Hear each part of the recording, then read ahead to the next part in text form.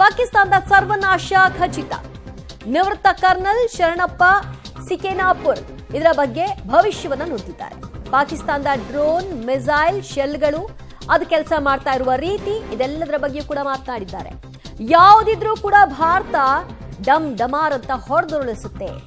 ನಾನು ಕಾರ್ಗಿಲ್ ಯುದ್ಧದಲ್ಲಿದ್ದಾಗ 40 ಉಗ್ರರನ್ನ ಹೊಡೆದುರುಳಿಸಿದ್ದ ಅನುಭವ ನನಗಿದೆ ಅಂತ ಪಬ್ಲಿಕ್ ಟಿವಿಯ ಜೊತೆಗೆ ನಿವೃತ್ತ ಕರ್ನಲ್ ಶರಣಪ್ಪ ಅವರು ಮಾಹಿತಿಯನ್ನ ಹಂಚಿಕೊಂಡಿದ್ದಾರೆ. ಅವರ ಅನುಭವದ ಜೊತೆಗೆ ಭಾರತ ಎಷ್ಟು ಬಲಿಷ್ಠವಾಗಿದೆ, ಸೇನೆಯ ಸಾಮರ್ಥ್ಯ ಹೇಗಿದೆ ಅನ್ನೋದರ ಬಗ್ಗೆ ಮಾತನಾಡಿದ್ದಾರೆ.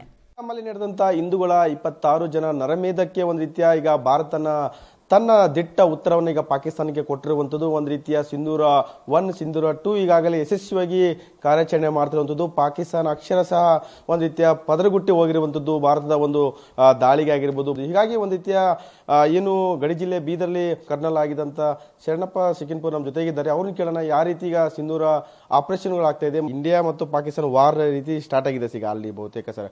ಸೊ ಏನಂತ ಈ ಸಂದರ್ಭದಲ್ಲಿ ಸರ್? ನೋಡಿ, ನಾವು ದಾಳಿ ಮಾಡಿಲ್ಲ ಪಾಕಿಸ್ತಾನ ಮೇಲೆ.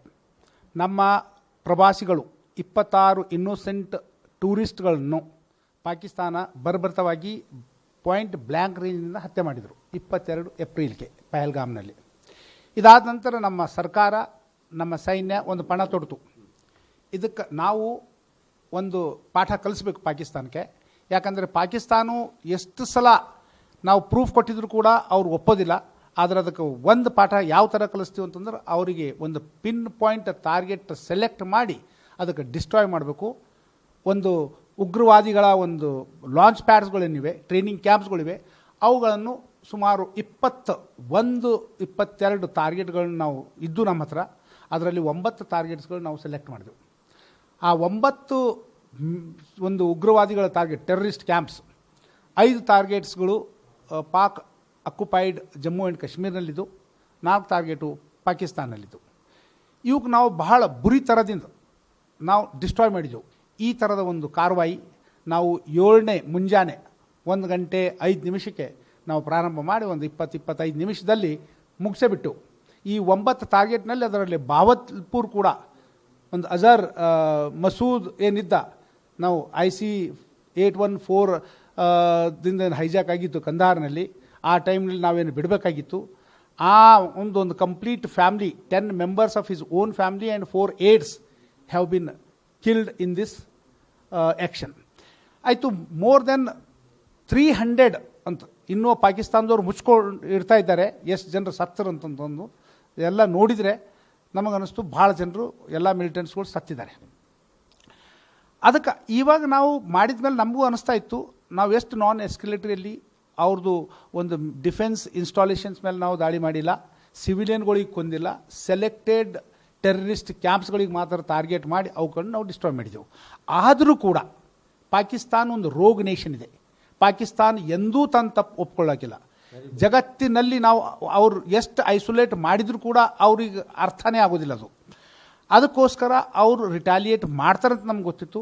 ಇವಾಗ ನಿನ್ನೆ ಯಾವ ಥರ ರಿಟಾಲಿಯೇಟ್ ಮಾಡಿ ಸಿವಿಲಿಯನ್ಸ್ಗಳಿಗೆ ಟಾರ್ಗೆಟ್ ಮಾಡಿ ಉರಿಯಲ್ಲಿ ಆಗಿರ್ಬೋದು.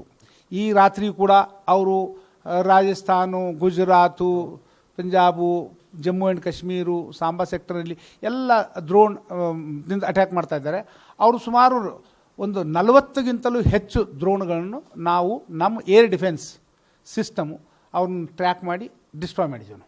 ನಮ್ಮ ಏರ್ ಡಿಫೆನ್ಸ್ ಕೆಪ್ಯಾಬಿಲಿಟೀಸ್ ಏನು ಅಂತ ಇವಾಗ ಪಾಕಿಸ್ತಾನಕ್ಕೆ ಅರ್ಥ ಕೂಡ ಆಗಿದೆ. ನಾವು ಈ ಥರ ಇರೋದಿಲ್ಲ. ಆ ರಿಟಾಲಿಯೇಟ್ರಿ ಆ್ಯಂಡ್ ಕೌಂಟರ್ ಆ್ಯಕ್ಷನ್ ಕೆಪ್ಯಾಬಿಲಿಟೀಸ್ ನಮ್ಮ ಹತ್ರ ಭಾಳಿವೆ.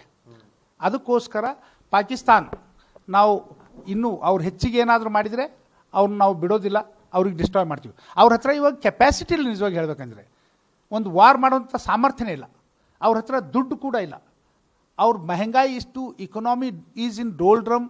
ಅಂಥಗೂ ಕೂಡ ಒಂದು ಈಗೋ ಪ್ರಾಬ್ಲಮ್ ಅಲ್ಲಿಂದ ಆರ್ಮಿ ಚೀಫ್ಗೆ, ಅಲ್ಲಿಂದ ದೇಶಕ್ಕೆ, ಅದರ ಆಮ್ ನಾಗರಿಕರೇ ಪಾಠ ಕಲಿಸ್ತಾರ ನನಗನ್ನಿಸ್ತದೆ.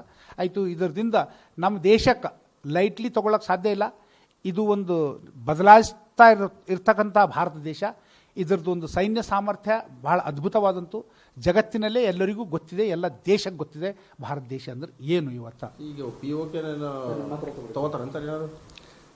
POK ಈಗ ಫುಲ್ ಫ್ಲೆಜ್ಡ್ ವಾರ್ ಕಡೆ ಅಗರ್ ಸಿಚುವೇಶನ್ ಹೋಯಿತು. ಸದ್ಯಕ್ಕಂತೂ ಭಾರತ ದೇಶ ಶಾಂತಿಪ್ರಿಯ ರಾಷ್ಟ್ರ, ನಾವು ಈ ಥರ ಮೊದಲು ದಾಳಿ ಮಾಡೋರಲ್ಲ. ಮತ್ತು ನಮ್ಮ ಮೇಲೆ ಬೈ ಚಾನ್ಸ್ ಮಾಡಿದರೆ ನಾವು ಬಿಡೋದಿಲ್ಲ. ಯಾವಾಗ ನೋಡಿರಿ 1947ದಾಗ ಅವರೇ ಮೊದಲು ಮಾಡಿದರು, ನಾವು ಅವ್ರಿಗೆ ಪಾಠ ಕಲಿಸಿದೆವು. 1965ನಲ್ಲಿ ಕೂಡ ಅವರೇ ಮಾಡಿದರು, ನಾವು ಮಾಡಿಲ್ಲ ದಾಳಿ, ಅವ್ರಿಗೆ ಪಾಠ ಕಲಿಸಿದೆವು. 71ನಲ್ಲಿ ಕೂಡ ಇದೆಲ್ಲ ಅವ್ರದ್ದೇ ಆಟ. ಇಷ್ಟೊಂದೆಲ್ಲ ಹುಚ್ಚುಚ್ಚು ಮಾಡಿದ ಮೇಲೆ ನಾವು ಅವ್ರಿಗೆ ಒಂದು ಇಂಥ ಪಾಠ ಕಲಿಸಿದೆವು. ಇವತ್ತು ಬಾಂಗ್ಲಾದೇಶ ಒಂದು ಬೇರೆನೇ ಇದೆ, ಅವ್ರದ್ದು ಈಸ್ಟ್ ಪಾಕಿಸ್ತಾನ ಕಡ್ದಾಕ್ಬಿಟ್ಟೆವು. ಸುಮಾರು 93,000 ಶರಣಾರ್ಥಿಗಳು ಪ್ರಿಸ್ನರ್ಸ್ ಆಫ್ ವಾರ್ ನಮ್ಮ ದೇಶದಲ್ಲಿದ್ದು 2-3 ವರ್ಷ ಅವ್ರಿಗೆ ತಿನ್ನಿಸಿ ಕಳಿಸ್ಕೊಟ್ಟಿದ್ದೀವಿ ನಾವು. ಅಂಥ ಒಂದು ಪಾಠ ಕಲಿಸಿದೆವು. ಆದರೂ ಅವರು ಇನ್ನೇನು ಮಾಡಬೇಕು ಅಂದು ಮತ್ತು 1999ನಲ್ಲಿ ಕಾರ್ಗಿಲ್ ಇದು ಉಗ್ರವಾದಿಗಳು ಹೋಗಿದ್ದಾರೆ ಅಂಥೇಳಿ ಆ್ಯಕ್ಚುಲಿ ಸೈನಿಕರೇ ಇದ್ದರು ಅವರು. ಅಂಥವ್ರಿಗೆ ತಂದು ಅದು ಮಾಡಿದ್ರು. ಅದಕ್ಕೂ ನಾವು ಪಾಠ ಕಲಿಸಿದೆವು, ಅವರಿಗೆ ಕದಾಡಿಸಿ ಬಿಟ್ಟಾಕಿದೆವು. ಸರ್, ಆ ಟೈಮಲ್ಲಿ ನಿಮ್ಮದು ಪಾತ್ರ ಏನು ಸರ್? ಕಾರ್ಗಿಲ್ ಟೈಮಲ್ಲಿ ನೀವು ಭಾಳಷ್ಟು ಜನ ಉಗ್ರರಿಗೆ ಹೊಡೆದಾಕಿದ್ರಿ ಸರ್, ಏನಿತ್ತು ಸರ್ ಆ ಸಿಚುವೇಶನ್ ಕಾರ್ಗಿಲ್ ಟೈಮಲ್ಲಿ? Kargil was a localised war, operation Vijay. ಅದು ಕಾರ್ಗಿಲ್ ಜಿಲ್ಲೆಯಲ್ಲಿ ಹೆಚ್ಚು ಕಡಿಮೆ ಮಾತ್ರ ಸೀಮಿತ ಇತ್ತು. ಅದರಲ್ಲಿ ನಾನು ದ್ರಾಸ್ ಬ್ರಿಗೇಡ್ ಹೆಡ್ ಕ್ವಾರ್ಟರ್ನಲ್ಲಿ ನಾನು ಆಪರೇಷನಲ್ ಪ್ಲ್ಯಾನಿಂಗ್ನಲ್ಲಿದ್ದೆ. ನಾನು ಅದೊಂದು ಜವಾಬ್ದಾರಿ, ಭಾಳ ಒಂದು ಇಂಪಾರ್ಟೆಂಟ್ ಅಪಾಯಿಂಟ್ಮೆಂಟ್ ಇತ್ತು ನಂದು. ಅಲ್ಲಿ ಇದ್ದಾಗ ಸುಮಾರು 80% of the Kargil war was Ghat in Dras sector. ನಿಮಗೆ ಒಂದು ಸಿಂಪಲ್ ಮಾತಿನಲ್ಲಿ ಹೇಳಬೇಕಂದ್ರೆ 4 ಪರಮವೀರ್ ಚಕ್ರ ಸಿಕ್ಕಿದ್ದು, ಅದರಲ್ಲಿ 3 ಪರಮವೀರ್ ಚಕ್ರ ಕಾರ್ಗಿಲ್ ನನ್ನ ಬ್ರಿಗೇಡ್ಗೆ ಸಿಕ್ಕಿತ್ತು. ಅದಕ್ಕೆ ನಾನು ಅಲ್ಲಿ ಆಪರೇಷನಲ್ ಪ್ಲಾನಿಂಗ್ನಲ್ಲಿದ್ದೆ. ಹಗಲಲ್ಲಿ ಮೂವ್ಮೆಂಟ್ಸ್ ಮಾಡೋಕ್ಕೆ ಸಾಧ್ಯ ಇಲ್ಲ. ನ್ಯಾಷನಲ್ ಹೈವೇ 1 ಅಲ್ಫಾ ಅದು ಯಾವಾಗಲೂ ಅವ್ರ ಟಾರ್ಗೆಟ್ನಲ್ಲಿತ್ತು. ಅಲ್ಲಿ ಎಕ್ಸ್ಪೋಸ್ ಆದಲ್ಲಿ ಅವ್ರ ದಡ್ ಆರ್ಟಿಲರಿ ಶೆಲ್ಲಿಂಗ್ ಭಾಳ ಐತಿತ್ತು. ಅದು ನಾವು ಆ ಏರಿಯಾದಲ್ಲೇ ನಮ್ಮ ಬ್ರಿಗೇಡ್ ಹೆಡ್ ಕ್ವಾರ್ಟರ್ ಇತ್ತು. ಅದಕ್ಕೆ ನಾವು ಬರೀ ಮೂವ್ಮೆಂಟ್ಸ್ ಎಲ್ಲ ಮಾಡೋದು ರಾತ್ರಿಯಲ್ಲೇ ಮಾಡ್ತಿದ್ವಿ. ಇಲ್ಲ, ಉಗ್ರಲ್ಲಿ ನಮ್ಮ ಜನರು ಅವ್ರನ್ನ ಭಾಳ 700ಗಿಂತಲೂ ಹೆಚ್ಚಿಗೆ ನಾವು ಅಲ್ಲಿ ಕಾರ್ಗಿಲ್ ಆಪರೇಷನ್ಸ್ನಲ್ಲಿ ಅವ್ರದ್ದು ಕ್ಯಾಜುಲಿಟೀಸ್ ಮಾಡೀವಿ ನಾವು. ಆದರೆ ಅದಕ್ಕೂ ಮೊದಲು ಉಗ್ರವಾದಿ ಹೊಡೆದಿದ್ದು ನಾನು. ಅದಕ್ಕೂ ಮೊದಲು ಅನಂತನಾಗ್ ಜಿಲ್ಲೆಯಲ್ಲಿ ಕೂಡ ನಾನು ಕಂಪ್ನಿ ಕಮಾಂಡರ್ ಆಗಿದ್ದೆ. ಆ ಟೈಮ್ನಲ್ಲಿ ಮಿಲಿಟೆನ್ಸಿ 95-96ನಲ್ಲಿ ಪೀಕ್ನಲ್ಲಿತ್ತು. ಅಂಥ ಟೈಮ್ನಲ್ಲಿ ನಾನು ಸುಮಾರು 43 ಮಿಲಿಟೆನ್ಸ್ಗಳು ಒಂದು 6 ತಿಂಗಳಲ್ಲಿ ಅಲ್ಲಿಂದ ರಿಸಲ್ಟ್ದಾಗ 39 ನನ್ನನ್ನೇ ಇದ್ದು. ಅಂಥದ್ದು ಭಾಳಷ್ಟು ಆ್ಯಕ್ಷನ್ಸ್ಗಳು ನಾವು ಅಲ್ಲಿ ಮಾಡಿದೆವು. ಟೆರರಿಸ್ಟ್ಗಳು ಆವಾಗ ಹಿಜ್ಬುಲ್ ಮುಜಾಹಿದ್ದೀನ್ ಭಾಳ ಆ್ಯಕ್ಟಿವ್ ಇತ್ತು. ಆವಾಗ ಅವ್ರನ್ನ ನಾವು ಭಾಳ ಕುಂದಿದ್ದೆವು. ಆಮೇಲೆ ಸುಮಾರು 71 ರಿಕವರೀಸ್ ಆಗಿದ್ದಾಗ ಅದರಾಗ ಸುಮಾರು 64 ರಿಕವರೀಸ್ ನನ್ನ ಕಂಪ್ನಿ ಮಾಡಿತ್ತು. ಅಲ್ಲಿ ನಮ್ದು ಹೈಯೆಸ್ಟ್ ರಿಸಲ್ಟ್ಸು ಯಾವ ದಿನ ಇದ್ದಿಲ್ಲ. ನಾವು ಫೈರ್ ಫೈಟ್ ನೋಡ್ಲಾರ್ದಂಗೆ ನಮ್ಮ ಮೇಲೆ ಗೋಲಿ ಬಂದಿಲ್ಲ ಅಂತ ಹೇಳ್ಕೊಳ್ಳೋಂಗೆ ಯಾವುದೂ ದಿನ ಇದ್ದಿಲ್ಲ. ಅಂಥ ಒಂದು ಪರಿಸ್ಥಿತಿ ಟೆರರಿಸ್ಟ್ ಆವಾಗ. ಓಕೆ, ಇವಾಗ ಆಗೋದು ಕನ್ವೆನ್ಷನಲ್ ವಾರ್ ಕಡೆ ನಾವು ಮೂವ್ ಆಗ್ತಾಯಿದ್ವಿ. ಟೆರರಿಸ್ಟ್ ಕ್ಯಾಂಪಿಗೆ ನಾವು ಡಿಸ್ಟ್ರಾಯ್ ಮಾಡಿದೆವು, ಅವ್ರು ರಿಟಾಲಿಯೇಟ್ ಮಾಡಿ ನಮ್ಮ ಸಿವಿಲಿಯನ್ಗಳಿಗೆ ಹುಡ್ತಾ ಇದ್ದಾರೆ ಅಥವಾ ಶೆಲ್ಲಿಂಗ್ ಮಾಡ್ತಾ ಇದ್ದಾರೆ, ಆರ್ಟಿ ಶೆಲ್ಲಿಂಗು. ಅದು ನಮಗೆ ಬರದಷ್ಟು ಆಗಲ್ಲ. ಈಗಾಗಲೇ ನಾವೆಲ್ಲ ಚೇತಾವಣೆ ಕೊಟ್ಟಿದ್ದೆವು, ಎಲ್ಲರಿಗೆ ತಿಳಿಸಿದೆವು. ನಾವು ಹೆಚ್ಚು ಕಡಿಮೆ ಈ ಥರ ಸಿವಿಲಿಯನ್ ಕ್ಯಾಜುಲಿಟಿ ಮಾಡಿದ್ರು, ನಮ್ಮ ಮಿಲಿಟರಿ ಇನ್ಸ್ಟಾಲೇಷನ್ಸ್ ಮೇಲೆ ದಾಳಿ ಮಾಡೋದು ಪ್ರಯತ್ನ ಮಾಡಿದ್ರು ಅಂದರೆ it is going to be a full fledged war against Pakistan. ಮತ್ತು ಪಾಕಿಸ್ತಾನ ಈಗ ಬಚಾಸೋದಿಲ್ಲ. ಅದು ಇದು ಆಯಿತು ಅಂದ್ರೆ ಅದು ಒಂದು ಜಗತ್ತಿನ ಒಂದು ನಕಾಶೆಯಿಂದ ಹೋಗ್ಬೋದು ಅದು. ಯಾಕಂದ್ರೆ ಇಂಟರ್ನಲ್ ಪ್ರಾಬ್ಲಮ್ಸ್ ಅವು ಇಷ್ಟಿವೆ. ಅದ್ರದ್ದು ಇಕೊನಾಮಿ ಭಾಳಷ್ಟು ಖರಾಬಿದೆ. ಸುಮಾರು $75 ಟ್ರಿಲಿಯನ್ ಅದ್ರದ್ದು ಡೆಟ್ ಇದೆ. ಅವ್ರದ್ದು ಕೆಪಾಸಿಟಿ ಏನಿಲ್ಲ ಕೊಡೋದು. Not more than $2 trillion in a year. China ಎಲ್ಲಿವರೆಗೆ ಸಪೋರ್ಟ್ ಮಾಡ್ತದೆ ಏನು ಕೊಡ್ತದೆ? ಡೈರೆಕ್ಟ್ ಇನ್ವಾಲ್ವ್ ಆಗಲ್ಲ ಚೈನಾ ಇಸ್ ವೆರಿ ಸ್ಮಾರ್ಟ್. ಆದ್ರೆ ಅವ್ರು ಇವ್ರಿಗೆ ಹತ್ಯಾರ ಕೊಡ್ಬೋದು, ಅದೇ ದುಡ್ಡು ತೊಗೊಂಡು. ದುಡ್ಡು ಅಂದ್ರೆ ಅವ್ರ ಕರ್ಜದಾಗ ಇರ್ತದೆ. ಕೊನೆಗೆ ಚೈನಾದವ್ರು ಬಂದು ಇದು ಮಾಡ್ಬೋದು. ಅದು ಯಾಕೆ ಕರೆಕ್ಟ್ ಡಿಸಿಷನ್ ಅಲ್ಲ. ಇವ್ರಿಗೆ ಕಟೋರಿ ಹಿಡ್ದಾರ ಆಲ್ರೆಡಿ. ಒಂದು IMF ಅಪ್ರೋಚ್ ಮಾಡತ್ತಾರ, ನಮಗೆ ದುಡ್ಡು ಕೊಡ್ರಿ, ಸಾಲ ಕೊಡ್ರಿ. ಈಗ ಎಲ್ಲಿದೆ ಅವ್ರು? ಎಣ್ಣೆ, ಗೋಲಾ ಬಾರುದು, ಹತ್ಯಾರು, ಇವಕ್ಕೆಲ್ಲ ಅದ್ರದ್ದು ಇಕೊನಾಮಿ ಭಾಳ ಖರಾಬಿದೆ. 100% ಇದ್ರಾಗ ಏನು ಡೌಟ್ ಇಲ್ಲ. Indian army is one of the strongest and most professional army's in the world. ಅದಕ್ಕೋಸ್ಕರ ಭಾರತ ದೇಶದ ಜೊತೆ ಪಾಕಿಸ್ತಾನ ನಿಂದ್ರಾಕ ಒಂದು 3-4 ದಿನಕ್ಕಿಂತ ಹೆಚ್ಚಿಗೆ ಅವ್ರದ್ದು ವಾರ್ ಮಾಡೋದು ಕೆಪಾಸಿಟಿನೂ ಇಲ್ಲ ಅವ್ರ ಹತ್ರ.